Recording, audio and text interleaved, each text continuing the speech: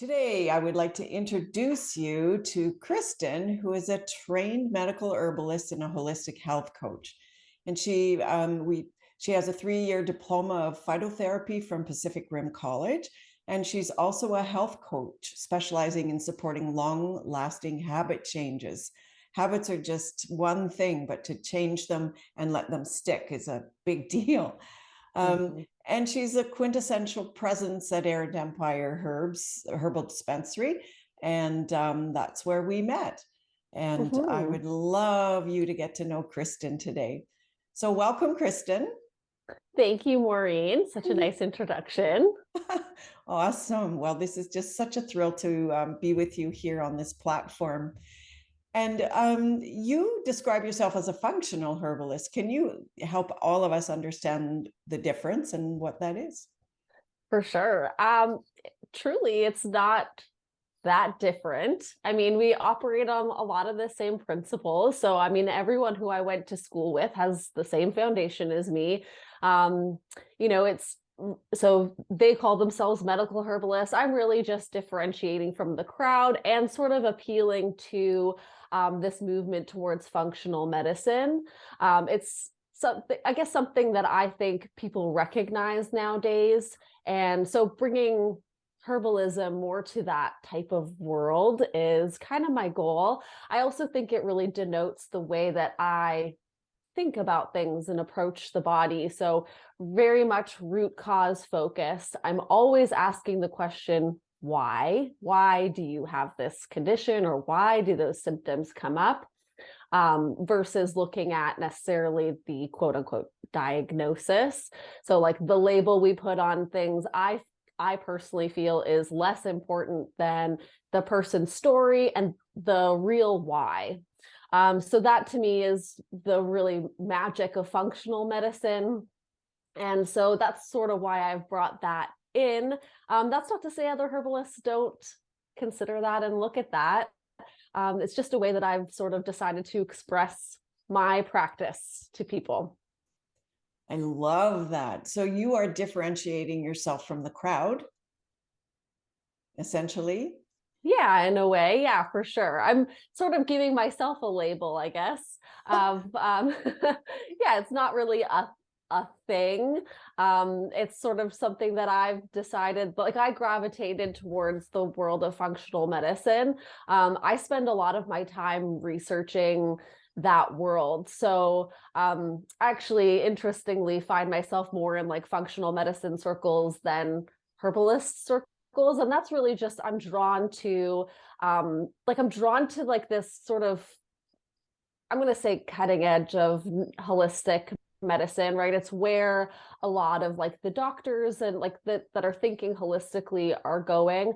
So I kind of think of it as being like the future of medicine. And as much as we can bring like herbalism with that, I think it's really important because we have training that no other practitioner gets.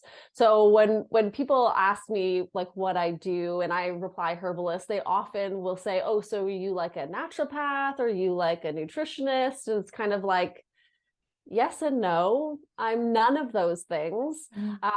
And we're also like, we're different in a lot of ways. So, other people get like, so let's say naturopaths, for example, they get training in pharmaceuticals, they get training in acupuncture, homeopathy.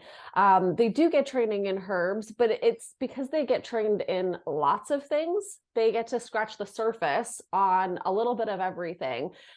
Whereas in herbalism school, we really go so deep on all of the herbs.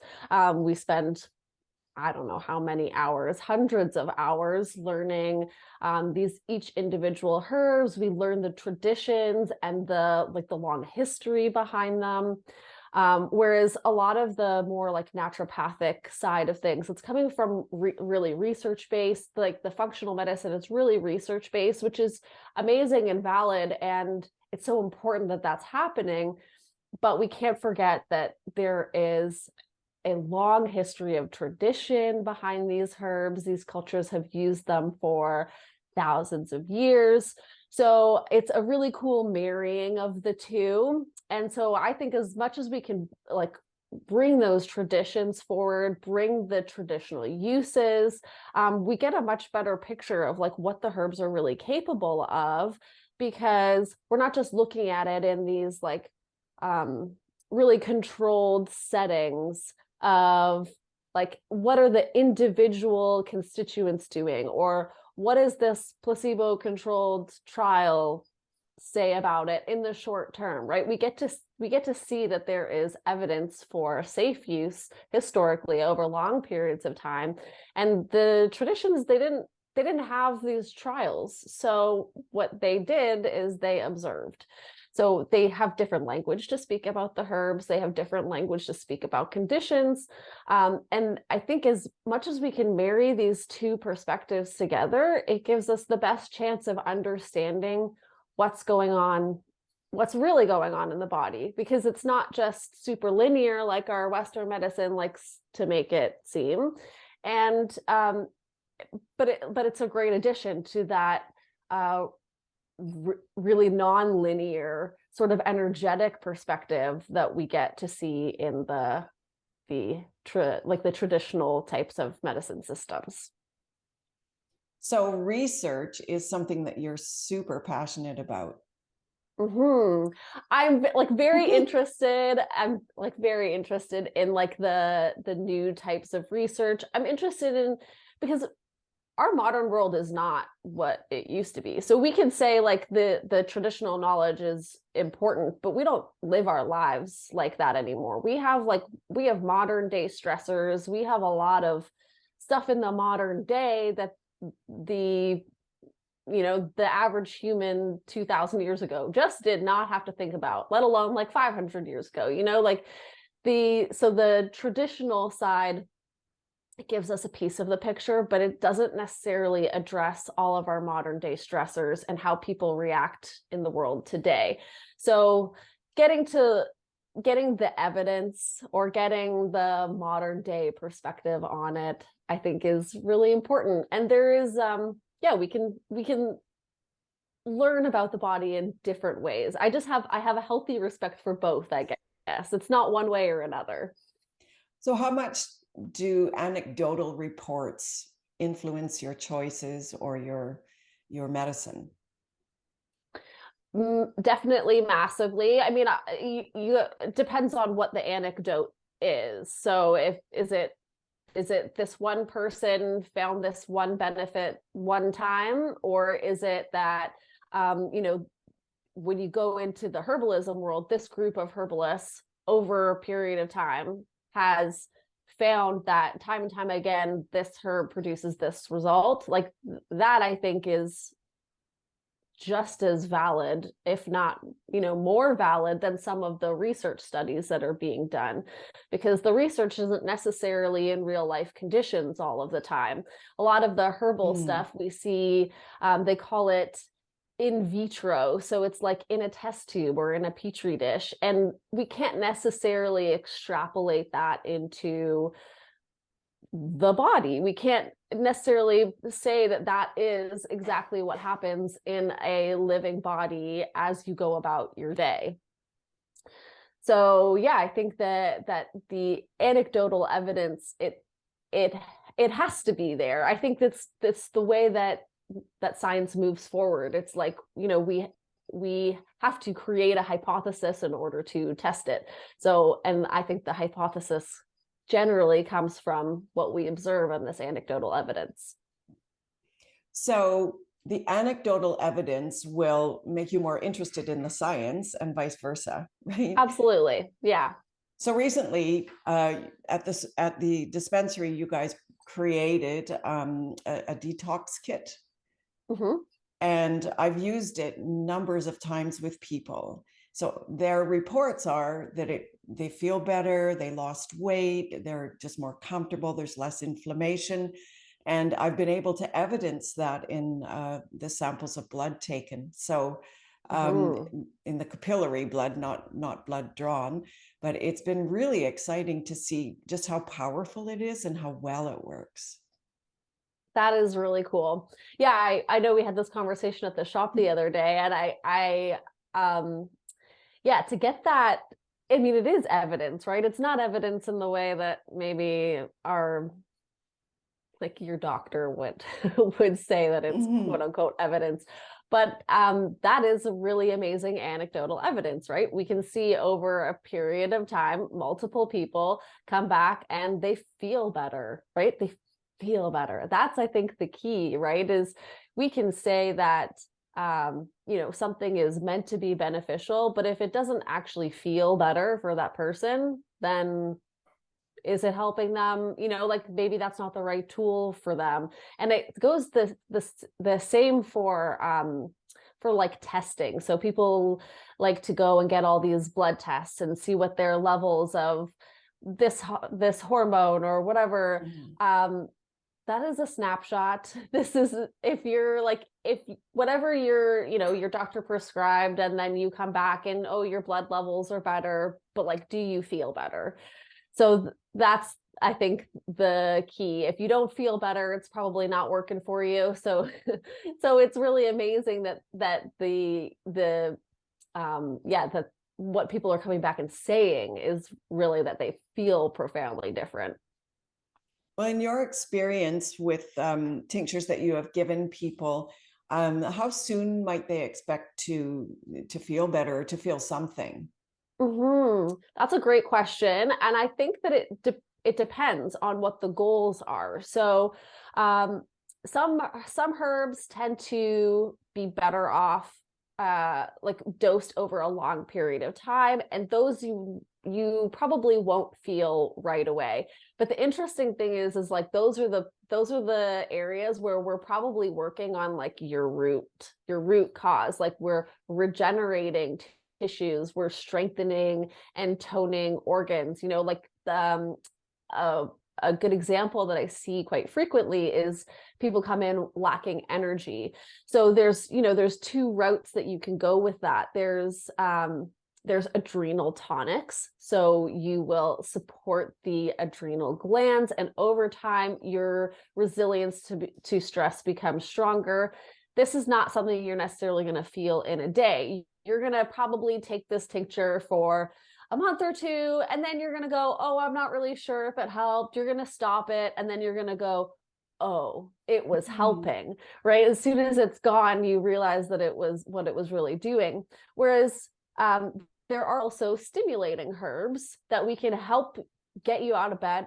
And those you'll feel immediately. So it really depends on what the herb is and what the goal is, because yeah, we can definitely get acute relief and symptom relief pretty immediately out of herbs. But the interesting thing, like I said before, is with that route is we're usually not dealing with like the root cause. We're usually at that point managing symptoms so that we can do deeper work later down the road. Does that make sense? Oh, 100%. So I want to just kind of dig into that a little bit. So let's talk about adrenals. What people do day after day is they're tired, so they drink a cup of coffee. They might have two, they might even have three. So they're Mm-hmm. stimulating, which results in depletion of the adrenals even further. Yes. So, are you working with the diet in and around the use of these herbs as well? Definitely.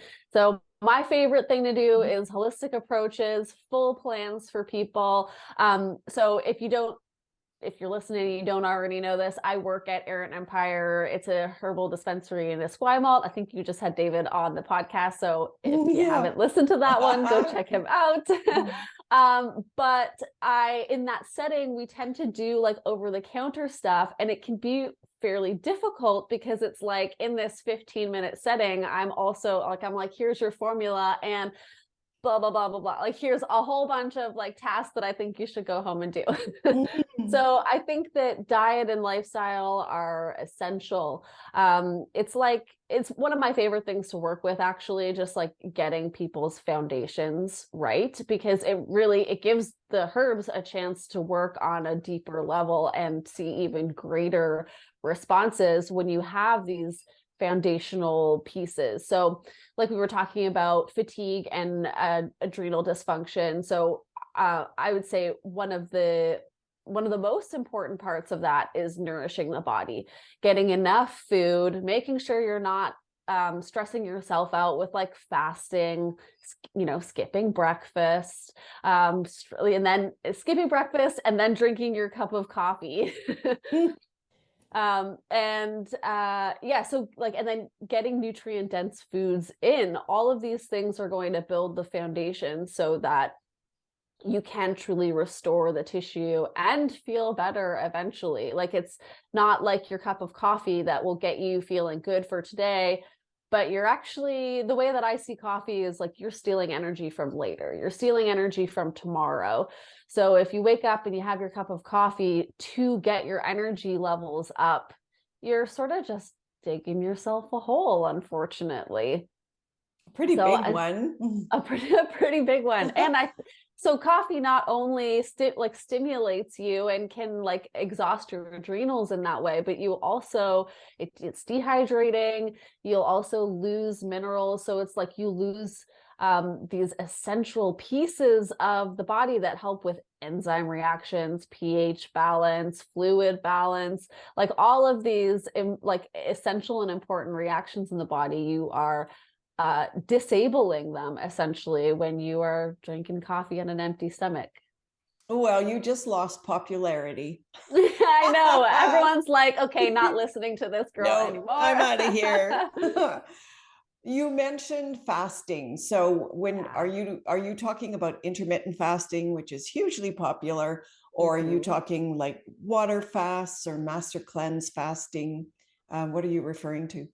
I'm mostly talking about intermittent fasting. And the reason that I think that it's become so trendy, right? And it's almost become this thing where it's like, if you need blood sugar balance, or like, like it seems to be this like default, if you want to lose weight or balance your blood sugar or go ketogenic, like it seems to be this default that people use like it's some type of cheat, like you can just balance your blood sugar with eating less, or like lose weight by eating less. Like it's a little bit too linear in its thinking, and it can actually do more harm than good when you're doing it over and over and over again, right? Like people don't just intermittent fast 1 or 2 days a week. Like they generally try, and it becomes a lifestyle for them where they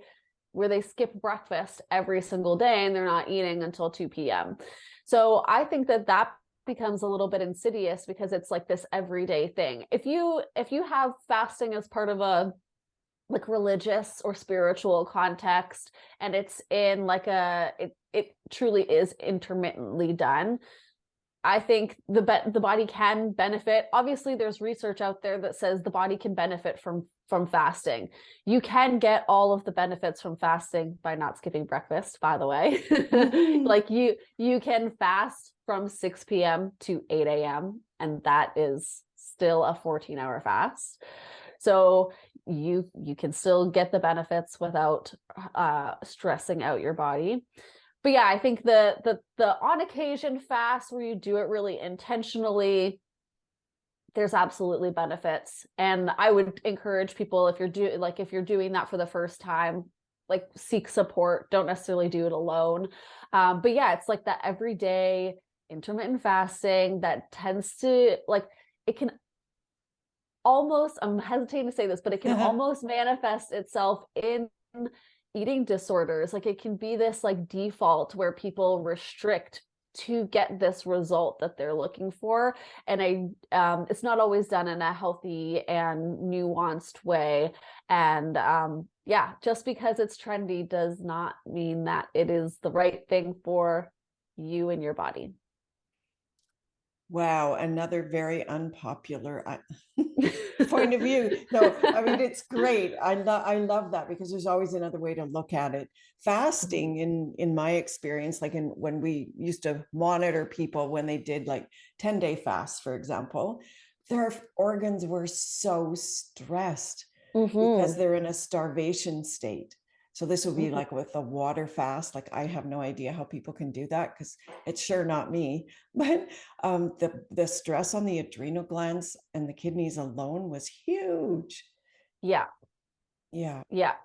And so this is something that I commonly see, which is like why I'm really passionate about like fighting against these trendy things, because it's not suitable for everybody.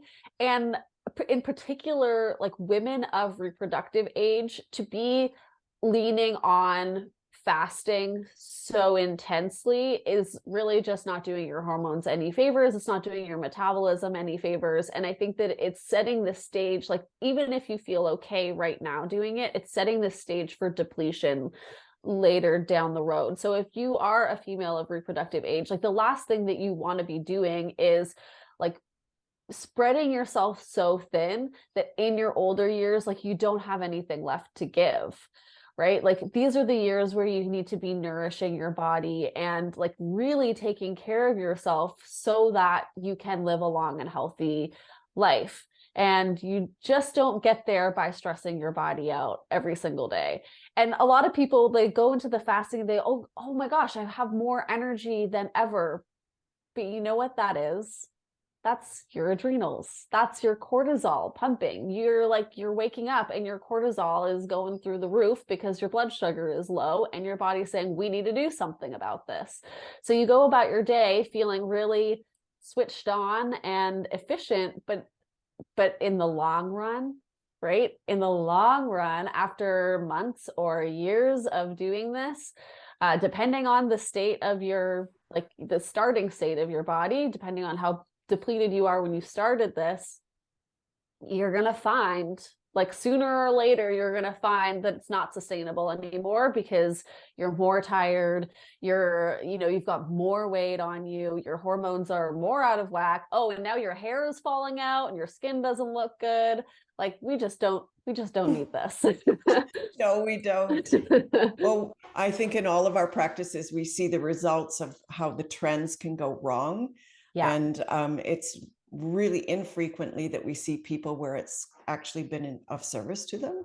Mm-hmm. So can we talk about another really trendy thing, which is the carnivore diet, which is nose to tail therapy. And I know this just lights you up like a Christmas tree. I want to know more. Okay. So first of all, carnivore diet, if it works for you, cool. If you've got like the people who it tends to work for the best are people who have like really severe digestive stuff that like any level of fiber is going to be irritating to their gut. I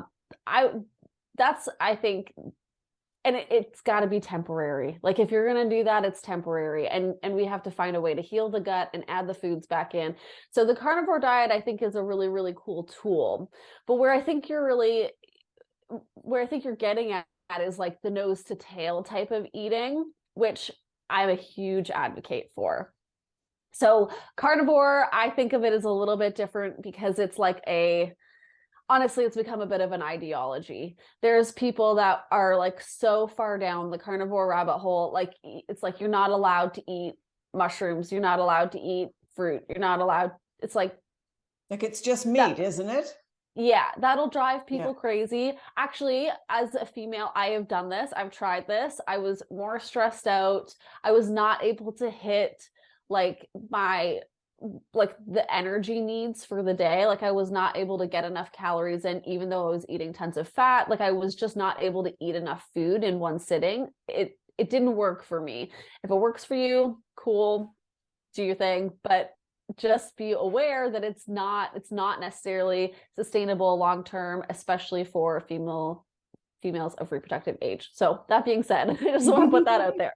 And then the nose to tail thing though is amazing. And that is not necessarily a trendy thing that should come and go. This is something that you should totally adapt into your life. One, it's more sustainable, right? If we're going to eat meat, eat the whole animal, use the whole animal, like don't discard the animal, right? Like these are amazing nutrient dense foods. Don't throw them away. It's more sustainable. We love that. And then the other piece is that these are like the organs in particular These are like nature's multivitamins. These animals, they have done the hard work for us of taking very difficult to digest plant foods and turning them into bioavailable nutrients that we can consume. And that's the important piece, bioavailable nutrients. So it is better than a multivitamin because all of these nutrients, so I mean, it's vast. The amount of nutrients in there is vast, and then the bioavailability is there. So your body is able to digest it easily, assimilate it easily, and then these nutrients are in forms that our body recognizes and can use. So that's not always the case with multivitamins. Sometimes like you end up taking a multivitamin and then your waste becomes more expensive, basically. Like you're just peeing and pooping them out because your body does not assimilate them properly. They're not necessarily in bioavailable forms that can be like easily converted or used and like utilized within enzymes and like different enzymatic reactions and that kind of stuff. So I think that we can get so much amazing nutrition out of these things. And when we throw out the liver, we're throwing out the most nutrient dense thing you could possibly give your body. And it's just so essential in this day and age where our food is just not what it once was. So how do you work with somebody who just goes, there is no way I'm eating those organs? I first what would you say, suggest? fair enough. Yeah. They're not palatable. That's fair. We're not used to those tastes, but there are definitely lots of options. So there are desiccated organ capsules that you can get. There's some really amazing companies out there. Canadian one is Higher Healths. They're based in Alberta. They do all grass-fed, grass-finished beef organs. They do have some cool blends in there. Another company is Heart and Soil. They're based in the US, and but I do believe they ship to Canada now, which is really awesome.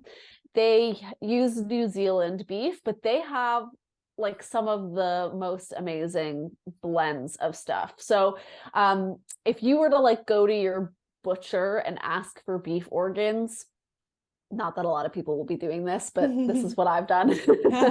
If you go to your butcher and ask for organs, they can't actually give you certain things. So like a good example is the thyroid tissue. That's actually used in Western medicine as a thyroid enhancing supplement. So rather than like synthetic thyroid medications, some doctors will use actually a desiccated thyroid supplement. So it's certain things like this that you can't actually get at the butcher.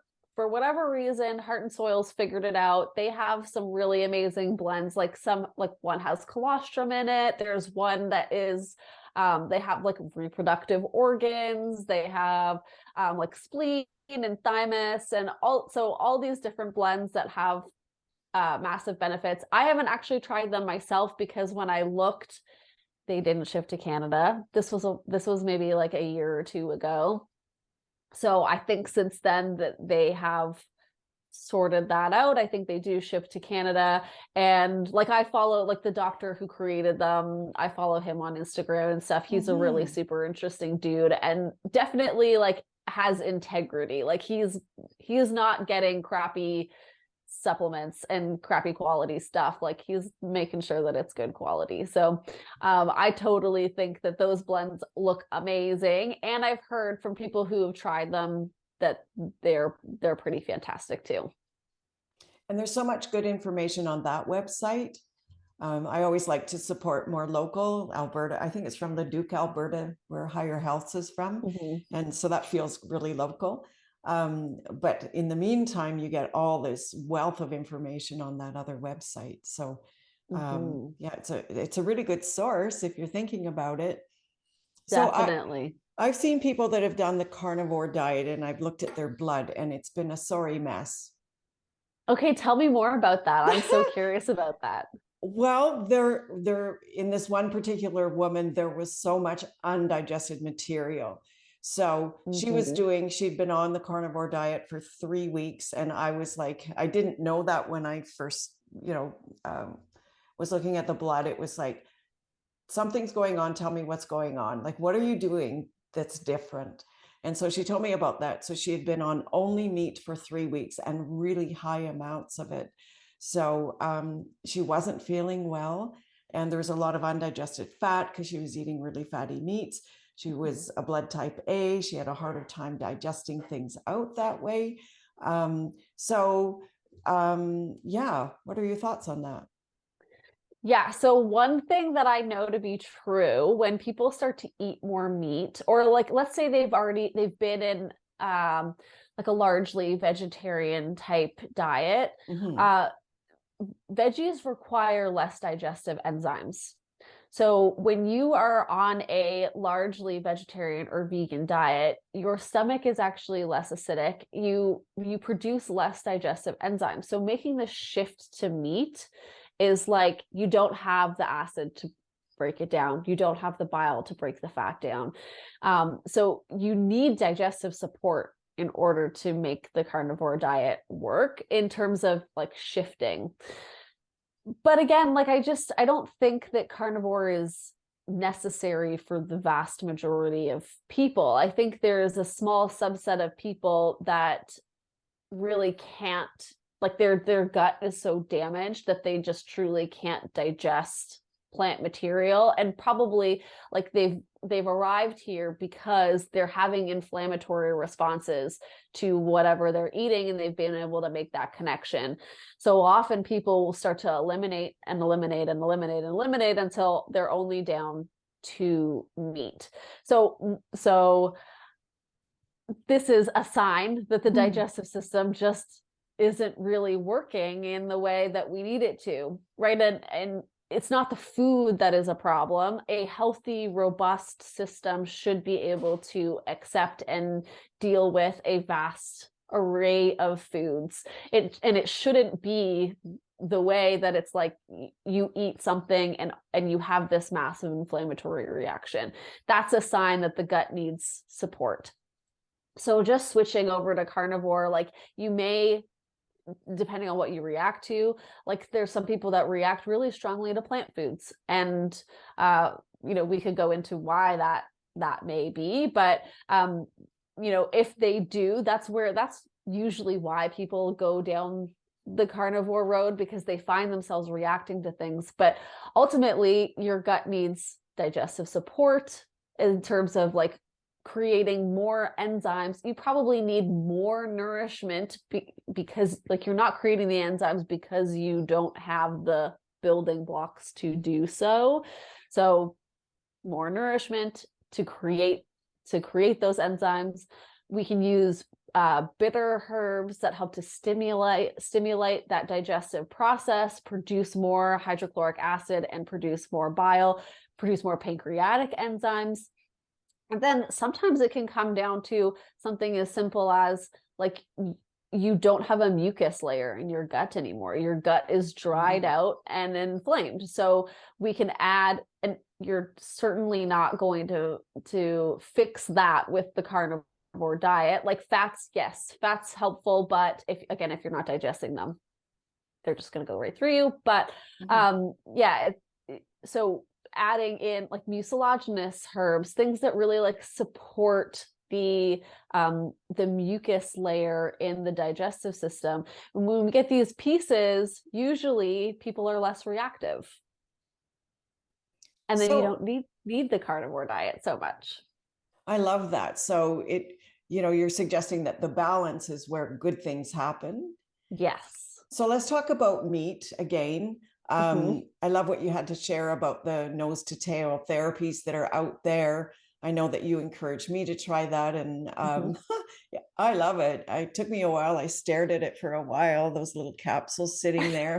And then we became friends, and I noticed a really difference in the core, like in the core energy. And just it's like you're rooted in, which was really interesting to me. And I had to negotiate, being grateful to the animals that that provided this Absolutely. as medicine. And I really believe that there is, the whole thing of reciprocity there. So I'm Mhm. really comfortable with that within me, because I tried the vegan route, I tried the vegetarian route, and yeah, so I love what you have to say about that. So I want to talk about, how do you prepare meat? What is the best way to prepare meat? Oh, that's a really great question. In a way that you'll eat it. How does it Yeah. work for you? Um, so it depends on what it is. I've always really enjoyed like less cooked meat. So this is, I don't know, not okay for everybody, but this is totally something that I think like if you can get as close to like the raw source as possible in a lot of in let me think how I want to say this. So like a raw form I do think contains a lot of vital and essential nutrients before we go and like denature uh like proteins and enzymes by cooking. Um though I will say like organs, I do the dehydrated thing because I don't necessarily enjoy the taste. So I desiccate, I dehydrate my organs and I capsule them. So Okay, you're doing a similar thing. yes, yeah. So and though I something that I'm very tempted to experiment with is like the raw liver thing. I think I'd have to, I don't know, I'd have to cut it up into little pieces and make it so I could just swallow it quickly. But these are okay and good to have. They can be eaten raw. They are super easily digestible, which is the amazing benefit of them, because your body doesn't have to work very hard to get the nutrients out of it, which is that's really what a depleted system needs. So when you're not digesting well because you're depleted, because you don't have the enzymes, because you don't have the nutrients, like something like liver is the best option for you because your body just doesn't have to work very hard to get those nutrients. Uh, sorry, go ahead. I was just going to say, so is the vegan or vegetarian going to be somebody that's going to be really cautious coming to somebody like you? Or are they fairly open to that perspective? It totally depends on where they're coming from, right? So, like you, I've done the vegan thing, I've done the vegetarian thing, and it just simply didn't work for me. So, if they are at that point where they've done it and it's just not working for them, they're a lot more open to saying, "Okay, yes, I'll try these capsules." Like that's a really easy place to start for people if they're gung ho. It's really hard to convert somebody. I'm not here to convert anybody, honestly. It's really it's your own journey. And I think my message is really not like don't do what I you don't have to do what I say. Like, you don't have to do what anybody says, but my message is like learn your body.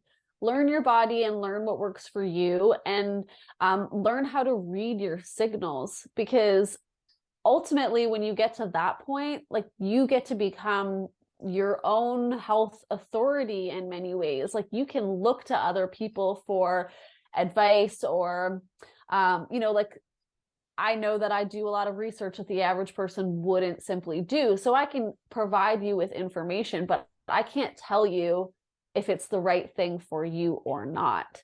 And that's the interesting thing about research is that there's you could find positive and negative things out there for just about anything. And it's because I think it comes down to the bio-individuality of people.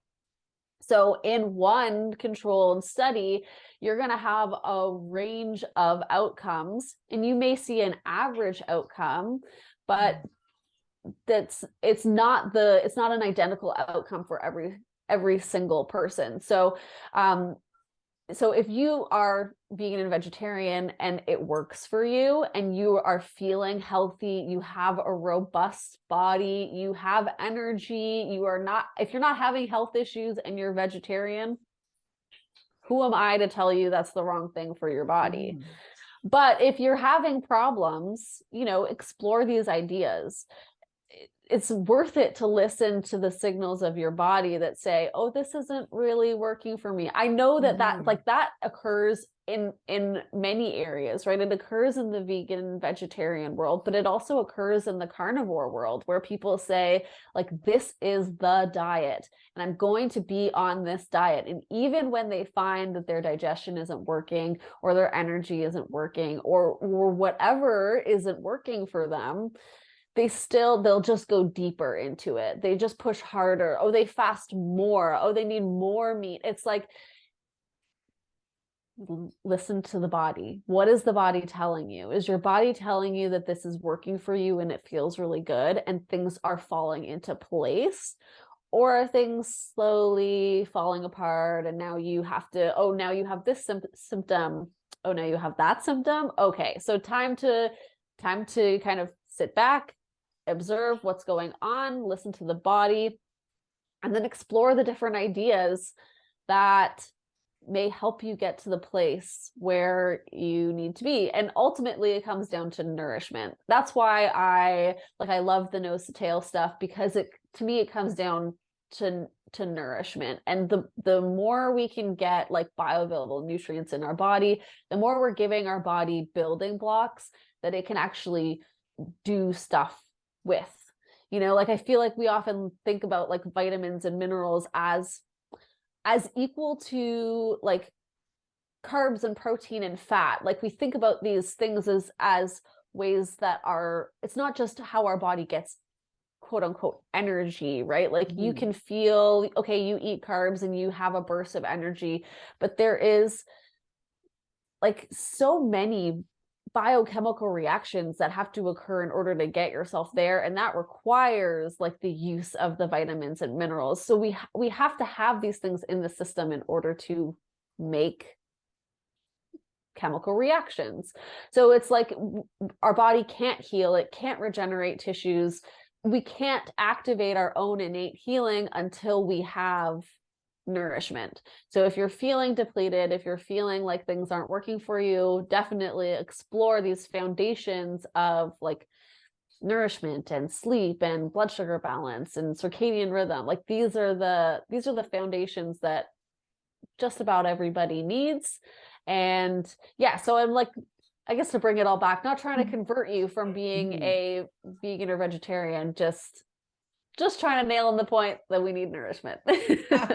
And we so do. So you're empowering the individual to become more familiar with their body and the bodily responses to what they're doing now and to what you're going to offer them in terms of medicines and in terms of nutritional counseling. And it's often like so when I work with people, it's often like there's a back and forth, right? It's like there's a, here are the things that I see when we kind of deconstruct someone's health. Here are the things that I see, and here are the areas that I think, could need improvement. Here are some ways that you can do that. Now you have to decide, what are the ways that work for you, right?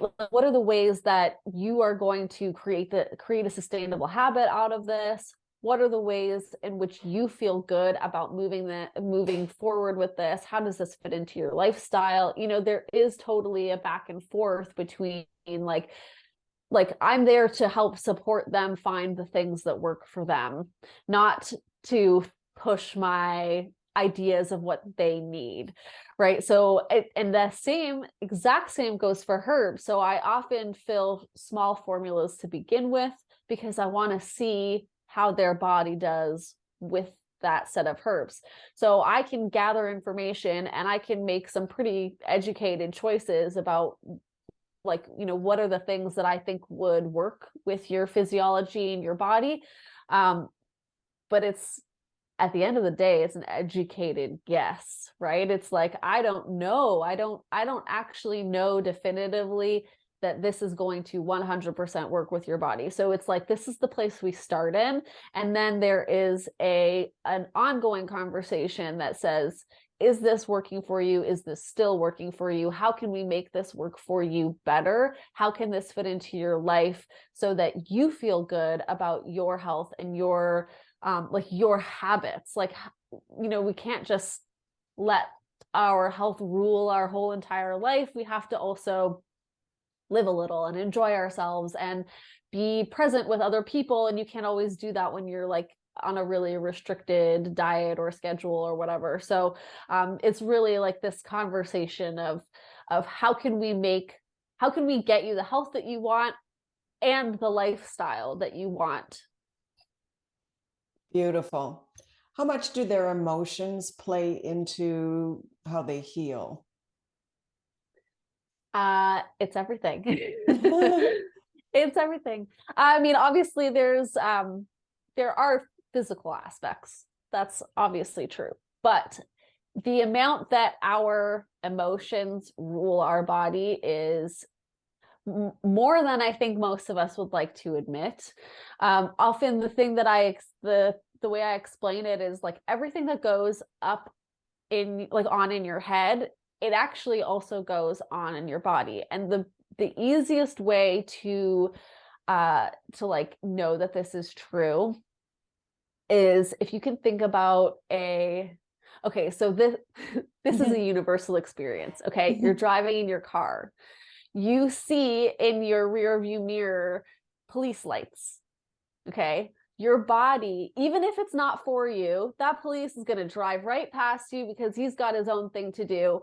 But your body will instantly go, oh no, right? Do you know that feeling? Oh, I do. Yeah. you see the thing. It's not an active threat for you. It's not something that is coming for you in particular, but your body, it's like there's a split second where your body just reacts. So this is happening on a micro level all of the time. And so like if your mind is telling you, okay, you wake up in the morning and your mind says, oh, I don't want to, your body will respond in a way that it doesn't want to. There's so many examples, but everything that goes on in your head goes on in your body into a micro level. So if you continuously have the same thoughts and thought patterns, the same emotions, your body will maintain that same state. And there's interestingly there's more with our vagus nerve, there is more information that is going from the body up to our head than from our head down to our body. So our brain is constantly monitoring what's going on inside the body. And then you will actually create stories in your head in order to match those feelings. So we have to know that, first of all, know that the body actually totally rules the mind. And a lot of times when we settle down the body, the mind will settle down too. So if there's anxiety, if we can relax the body. So like in herbal medicine, we use something called an anxiolytic, which tends to bring down the nervous system. That's absolutely helpful. But often what can really shift things for people is we call them antispasmodics. They relax the musculature. So when we can relax the body, we can almost trick the mind into thinking, oh, we're relaxed. So then the mental chatter, when we relax the body, the mental chatter actually reduces as well. And then when we relax the mental chatter, then it gives more like, there tends to be this vicious cycle. So when we relax the mental chatter, then it tends to also give that spaciousness to the body to kind of start to rewire the patterns. That's tricky. Mm-hmm. It makes total sense. And so there's the emotional aspect, and so we want the body to kind of recognize that there's some calming to take place. We want to also, inform the organs that calming would benefit greatly in terms of their ability to function normally. And there's also what I love about the tinctures that you guys prepare is that tinctures retain the vibrational frequency of the plant.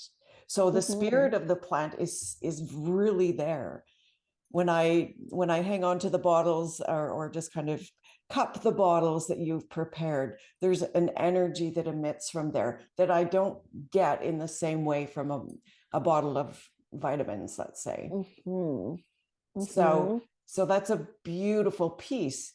Now, with respect to tinctures, they're in alcohol. How does someone who has, let's say they've been sober and they don't want any alcohol in their system, how do you take that tincture and make it work for them? That's a great question. This is me. I don't drink alcohol, but I drink my tinctures. So I'm a perfect example of this.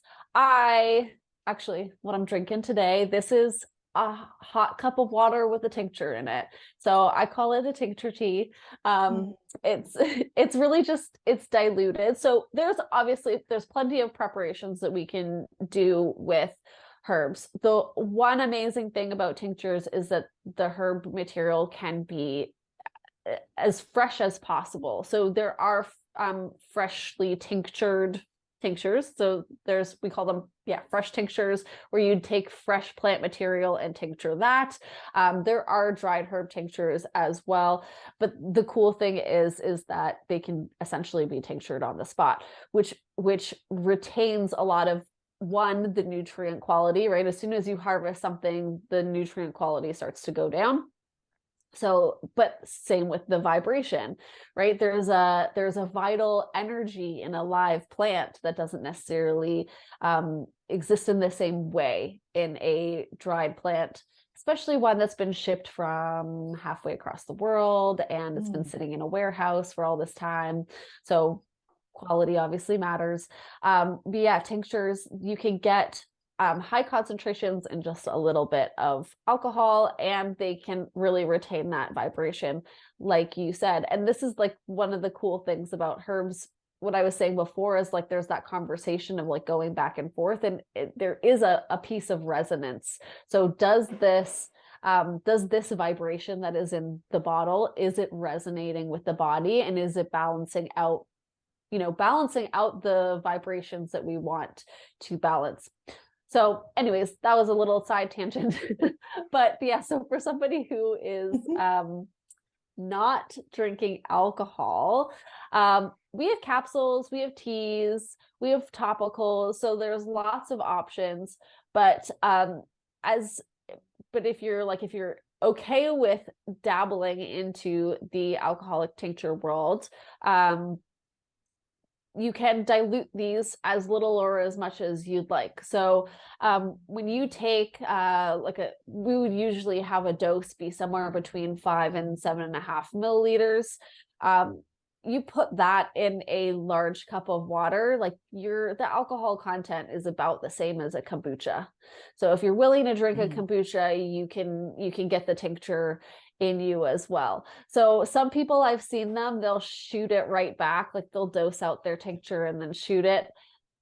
That's not for me. That is certainly not for me. Mm. I don't quite understand how people can do it, but hey, people take shots of alcohol all the time. So, more power to you if that's a you thing. But yeah, I dilute mine. I'll even put mine in a big jar of tea, or just slowly sip it if that is what calls me that day. But I enjoy it diluted. It's like drinking a tea, which is part of the medicine. I think when your medicine feels Mm. good in your hands and in your mouth and in your body, like it's all part of the medicine.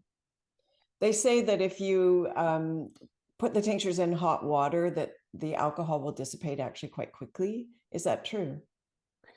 I've heard that, and I've also heard that that's not true. It's I bogus. think I think that a little bit will. Like if you were to leave a lid off all day, like absolutely it will evaporate eventually. I think in the small amount of time that you're like, that it sits there, I don't think that it evaporates enough off for it to be no alcohol at all. But I will say, so I've done a little tester where I've put tincture in a cold glass of water and then tincture into a hot glass of water. And I personally find that the hot glass, it does taste less alcoholic. So I do think that there's some level of it that will evaporate off, but it's not all. So you're not getting no alcohol, but it certainly feels less. Well, that's really good to know that there are options, because I know that is a concern for people. And I always knew that alcohol and using tinctures was, alcohol acted as a really cool delivery system. Yeah, so I am a personal fan of those. They seem to get in the system. My body goes, woohoo, this is so good. And yeah, you can just feel yourself kind of light up. So, and not from the alcohol, because I know what that feels like, but it's different. It informs the cells that there's help here. So Totally. yeah. Totally. And another thing that I just want to say for people who are not, are a little worried about the alcohol. One, there are glycerites. So it's like there's herbs that are extracted in glycerin. We don't necessarily have them over at the shop, but that is out there for you if you want it. Another option is we do something called drop dosing or energetic dosing. So for really super sensitive people, we can minimize the dose so much that it's like you're really just getting a tiny bit, but you feel the tastes in the mouth, and that actually will create a physiological reaction in the body. So we often say drop dosing is very energetic. It helps to like clear or care for the emotional body. And it really is working kind of on this like homeopathic type style where it's like really the energy of the medicine that you're introducing to the body. But I also like, if you've ever put a drop of a bitter tincture on your tongue, you know that will start the secretions. Your mouth will start to water. You will feel it in your body. You'll feel this sort of like energy shift downward, and you will, your tummy will start grumbling. You'll be like more ready for food. So for anyone who is like not wanting to do full doses, or they know themselves to be a sensitive person, they know that when they try things, they tend to have these larger reactions, then doing something like drop dosing would be really helpful and a nice way to ease into it. So people can find you through your website. Is that correct? Yeah, so I'm on Instagram at Functional Herbalist. I have a website, functionalherbalist.com. That is mostly where I hang out. I do also have a podcast with David, which is you can find that on our Instagrams as well, but we're on Spotify and YouTube. It's called the Functional Herbal Medicine Podcast. That's where I'm at pretty much. Awesome. Well, I think you're going to really trend as a functional herbalist. You're going to get a lot of people that want to adopt that name, because I think you coined it, didn't you? I don't know. I don't know about that. I think I'm the first one who I've seen that has said, "Hey, I am a functional herbalist." There's this idea of quote unquote functional herbal therapy that exists out there. Although there's a book by Kerry Bone. He's like a really big leader in the herbal research world. So he's got a company called MediHerb. It's he's got standardized extracts there out of Australia. And he's totally like a thought leader in the herbal world. He published a book called Functional Herbal Therapy, I think last year, but I had already taken my name by the time I had found out about that book. So I'm still thinking I'm original. Yeah. Yes, I think you're very original. And you're such a pioneer, and you're so passionate about all of this. I think that you have so much to offer people. And I really encourage people to reach out to you, because you know your stuff. There's no doubt. And I've experienced your formulations, and between you and David, you're both so skilled at this, like true masters of the art. So Amazing. Well, yeah, thank it is you. amazing. Yes. Yeah, and I'll just say for everyone listening too is I'm just gonna do a quick shameless plug. I've just released a new training. So if you're like just starting out on your holistic healing journey, or you're feeling like a little bit lost and you just want to like kind of tap into these foundations again, um, head to my Instagram, check out the link in my bio. There is a training in there called Finally Feel Better. And I will go through all of the places where I I basically outline where I see a lot of people going wrong, like the missing pieces, like when people aren't getting the results that they want. What are the missing pieces? I lay those out, and how you can like yeah, what to do instead, basically how you can get your foundations in place. I give you some really cool mindset shifts, new ways to look at things. So definitely check that out if you're feeling like you need a little support and you're feeling a little lost on your healing health journey. Thank you so much. I encourage everybody to check you out. I'm going to check you out again too and catch up.